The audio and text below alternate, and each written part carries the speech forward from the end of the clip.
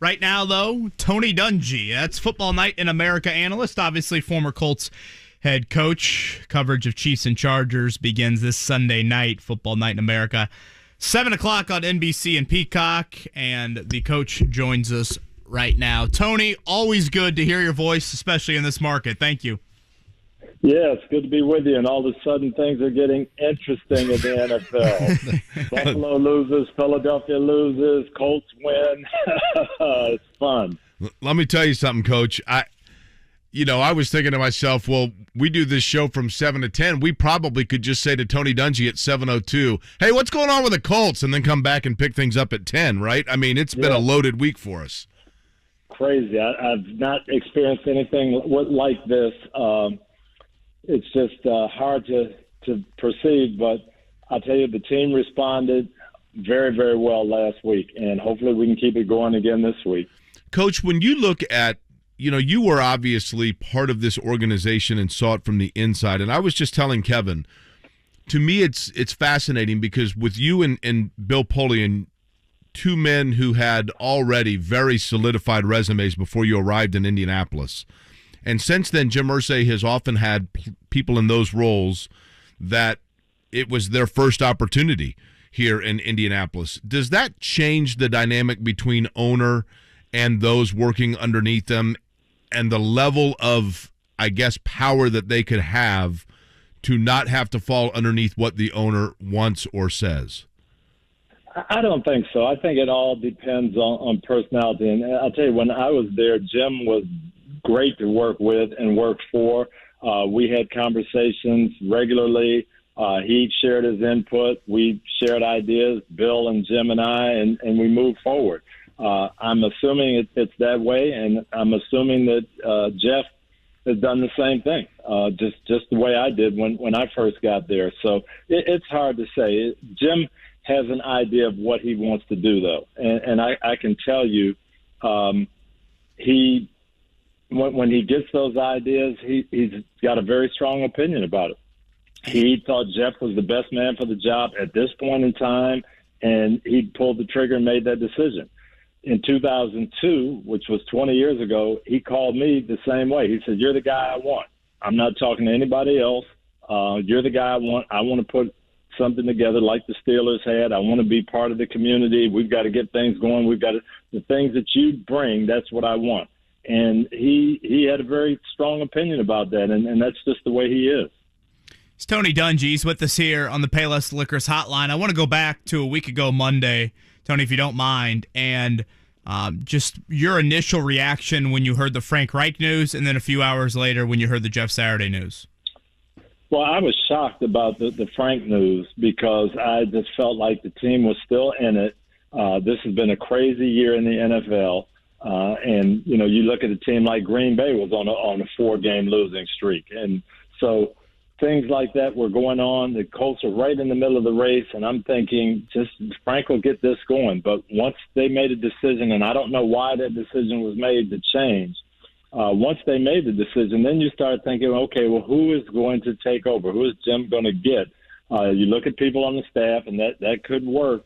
But Jeff, the more I thought about it, it was really kind of logical. He had been with the organization for a long time. He'd been with Frank in training camp. He knew the offense.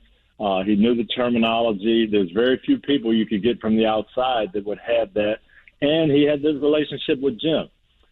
He's a guy who was a leader. He could galvanize the locker room. And the offensive line was the one unit that was underperforming. So who better than Jeff Saturday to maybe re-energize that offensive line? So at first you say, this is weird, this is crazy. But then the more you really thought about it, it made sense. Tony Dungy is our guest, of course, Football Night in America. He is the analyst there on NBC. Tony, to me, the thing that I just can't get out of my head is, in terms of the coaching change in Jeff Saturday, I agree with what you said, that there are areas there where that makes sense. And I, like most, who doesn't love Jeff Saturday, right? He's a very likable and believing in guy. But I keep going back to, Tony, and I want your thought on it. I don't know why they went to Sam Ehlinger when they did, and I felt like that put them in a serious hole in the season that now they are having to make up for because they're behind the 8 ball based on a peculiar decision to me that really didn't have much sense other than the owner wanted to see what a young guy could do. Your thoughts? What I didn't understand, I could see turning to Sam Ehlinger. What I didn't understand was when they said Matt Ryan is going to not play the rest of the year, that Sam is going to be the quarterback the rest of the year. That struck me as odd because I said, we haven't seen Sam take a snap in the NFL in a real game. How do we know how he's going to do? How can you say he's going to go forward for the rest of the year? And I think that's one of the things that Jeff brought to the table. I don't know who made the decision to put Matt back in, how that came down, but that was the thing that sparked them and energized them on Sunday. You could see that. They were much more efficient, different way of doing things, too. Matt had been sacked a lot previously. Now you go into Las Vegas, and it's running the football, play-action passes, quick rhythm, taking some stress off the offensive line, only 1 sack in the entire game against a team that has good pass rushers. So a couple of things changed. They're putting Matt back in and a little bit different rhythm on offense, and it was effective. Tony, and Tony Dungy's with us here on the Payless Liquors hotline. Jeff walks in the building, and immediately he becomes more of a CEO as a head coach. Gus Bradley obviously running the defense still, and then Parks Frazier, the new play caller. That was the route that you chose as a head coach, and I'm curious why you decided that and what makes you think like that is kind of the successful route to go as an NFL head coach. Well, there are a lot of ways to do it, and you see the guys like the Sean McVays that run the offense, and Mike Holmgren, kind of started that. Bill Walsh started that. And that's a way to do it. Other guys on defense, Brandon Staley has done a great job with the Chargers, and he runs the defense and calls the defense. But for me, I played for Chuck Noll, and he delegated. And I saw that, and I saw how he did it. That's how I grew up. I went and played 1 year for Bill Walsh, and Bill Walsh was very successful, Hall of Fame coach. But I felt like as a defensive player, I felt like we were the step kids. And the head coach was really the offensive coordinator. Everything he did was involve the offense, and he'd stick his head in the defensive meetings occasionally. So for me, I just wanted the team to know that I had my pulse, my finger on the pulse of everything. I was there for everybody. Not to say my way is better. That's just the way I chose to do it. I saw Denny Green do it that way. He was very successful. Chuck Noll, Marty Schottenheimer, the guys I worked for. Tony, it seems to me, and again, I want to preface, I really like Jim Irsay, and I know fans here like Jim Irsay, so, I don't want that to be misunderstood, but it seems to me like Jim Irsay this particular season is almost more, as you talked about, like he has his strong convictions, right? It seems like he is more vociferous of that than we have seen in years past, almost to the point of being defensive. I realize you're not in Indianapolis, but when you assess and you see the tweets and the comments and maybe even his surprise from your comments about the quarterbacking position, etc., two-part question, and one would be, do you have dialogue with him? And number two, am I off base in saying that it just seems like he's a little more forceful with things this year than he has been in the past? Yeah, he's definitely been more vocal, and I see the comments too, and he's into it, and he's part of it, and seems like more involved in the decision-making process. I didn't see that side of Jim when I was there. We'd have the conversation. He'd have his input. He'd talk to us. Social media, I guess, is just getting bigger and more out there now than I'm used to. But, Jim is an involved owner, and he does have convictions, and I think you're seeing more of that. I think you're correct.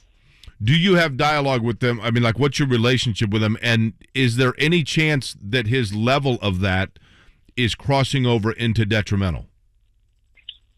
I don't know.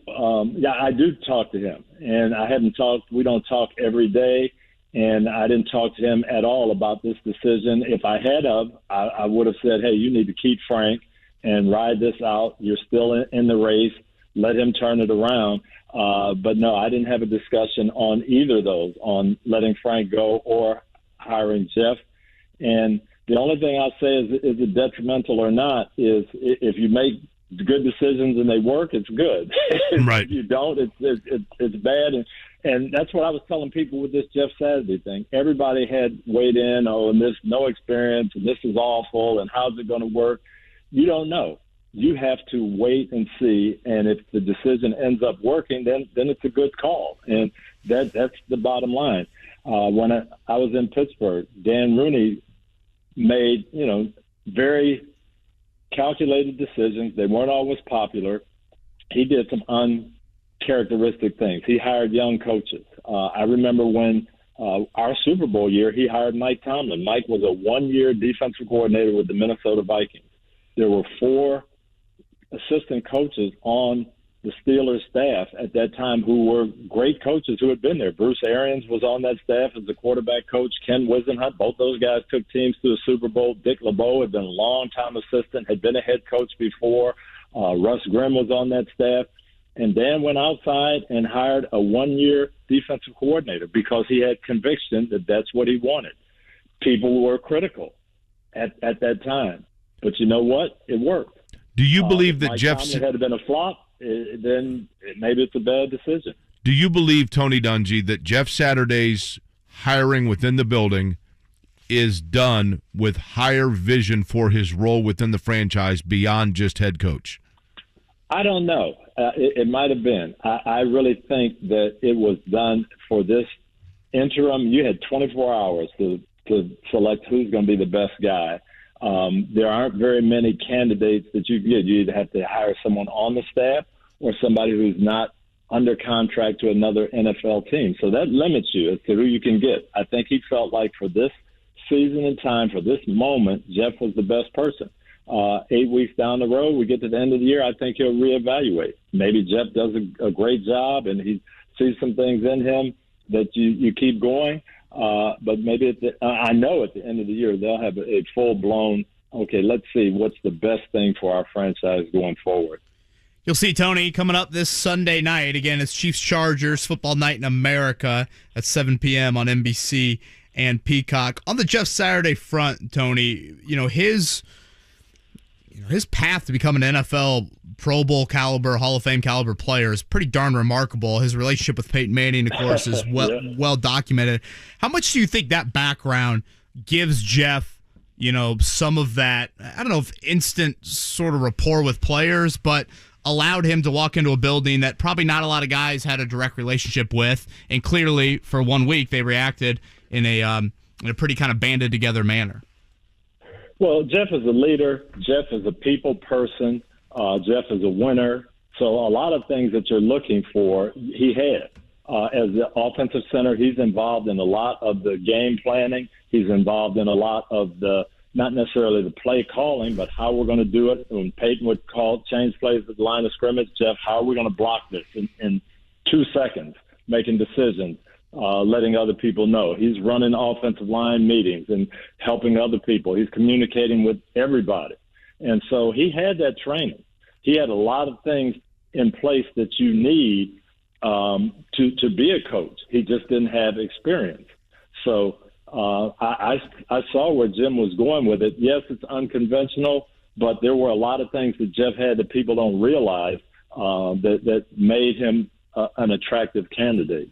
Tony, last one from me. Jim Irsay behind the scenes certainly wanted Matt Ryan benched. He wanted him benched, a couple weeks prior to it actually happening.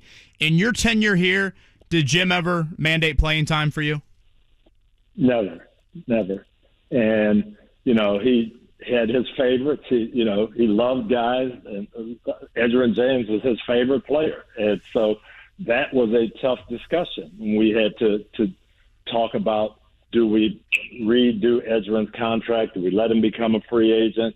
And, I know his feelings about Edgerrin came into that, but at the end of the day, it was, let's do what's best for the team. So we had those type of discussions, but there was never hey, we're trading this guy or we're playing this guy.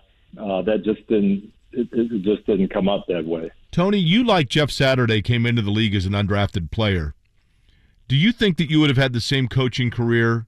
Did that allow you to better resonate with the totality of the roster because you could relate to every guy top to bottom on the roster? And would you have been the same coach if you would have come in as, a first-round top 15 draft pick? I'm not sure about that. I know what shaped my coaching philosophy was the team that I played for and the coach that I played for. And I did do very, very similar to Jeff. I only played 3 years, and I was brought back as the defensive backfield coach to coach guys who taught me how to play. I had no experience. I had never coached before. Now, I wasn't brought back as the head coach, but it was a kind of a ridiculous move at the time to hire a 25-year-old free agent safety man who had, never coached before to coach steel curtain defensive backs. So I kind of know what Jeff was going through. And I think Coach Noll hired me because I worked hard at my craft. I was a good communicator, and I studied the game. And I think you had to do that to kind of make the team as a free agent. And I think Jeff did the same thing. And people see that. People see how hard you work. People see that you're a good communicator. They see that you're a team guy. And that resonates. That resonated with Coach Noll for me, and I think it resonated for Jim Irsay with Jeff. Lastly, what do you miss most about Indianapolis, and why is it Country Kitchen? I miss some eating spots there, Country Kitchen being one of them. I miss that walk across the downtown into the stadium. I miss the RCA Dome and the atmosphere there, and I miss the people. So those relationships, I think, are what you miss most. I wish I could get there more often. Tony, I'm going to sneak in one last one. I apologize, but as we get to this kind of head coaching carousel that'll inevitably happen in early January, you think Jim Caldwell still wants to be an NFL head coach? Yes, he does. I've talked to Jim, and he was in on a couple of situations last year, and I think he would enjoy that. And I don't know if it's going to happen. I don't think he's at the point where he wants to come back as an offensive coordinator or quarterback coach, but I do think he would come back as a head coach. Interesting. I'll tell you what, Tony, if Jeff Saturday can take some of the things that he learned from the guy he played for in Indianapolis and carry those forward as a head coach on and off the field, I think people around here will be just fine with it, right? Just fine with it. But we'll see, as you said, we'll see where things fall, right? We will. And I'm pulling for Jeff. I'm pulling for the Colts organization. As I said, it was unusual, but we'll see what happens, and we just have to judge by the result. Tony, enjoy watching every Sunday night, Football Night in America, and thanks for making time for us on this Tuesday morning. All right. Thank you, guys. Always good to talk Colts ball. That's Tony Dungy right there. Again, Football Night in America, Chiefs and Chargers coming up Sunday night beginning at 7 o'clock.